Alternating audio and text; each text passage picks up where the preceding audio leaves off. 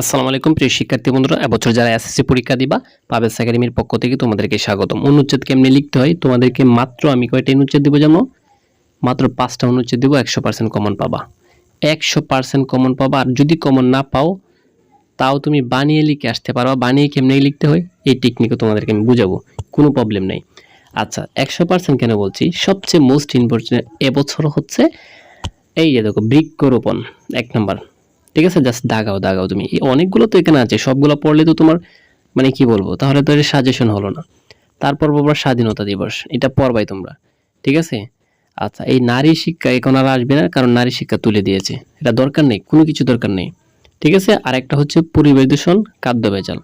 হ্যাঁ, আর একটা তোমরা যেটা পড়বা, এটা সবচেয়ে ইম্পর্টেন্ট, আন্তর্জাতিক মাতৃভাষা দিবস।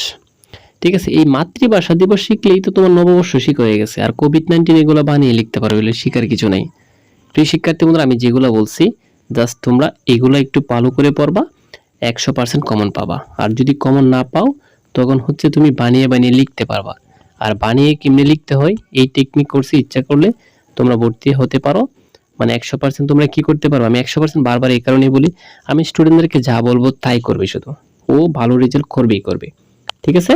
আচ্ছা, যাই হোক, তোমাদের সাথে পরবর্তীতে আরেকটা সাজেশনের ক্লাসে দেখা হবে। আজকের এই ভিডিওটা এ পর্যন্তই।